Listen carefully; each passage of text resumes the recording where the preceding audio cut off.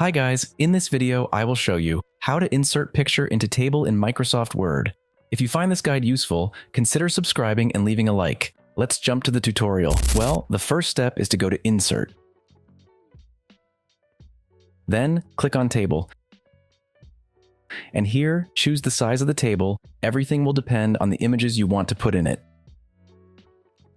Now type the text you want in each cell, and then enlarge the size from here.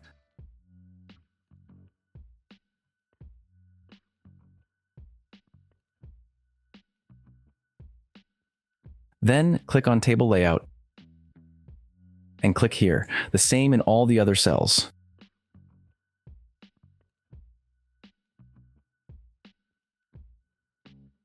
Well, now click on AutoFit.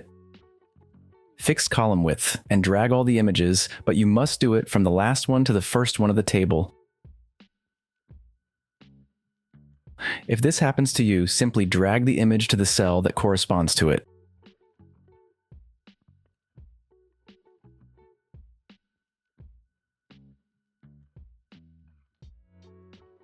Very well, now you adjust the size of the images.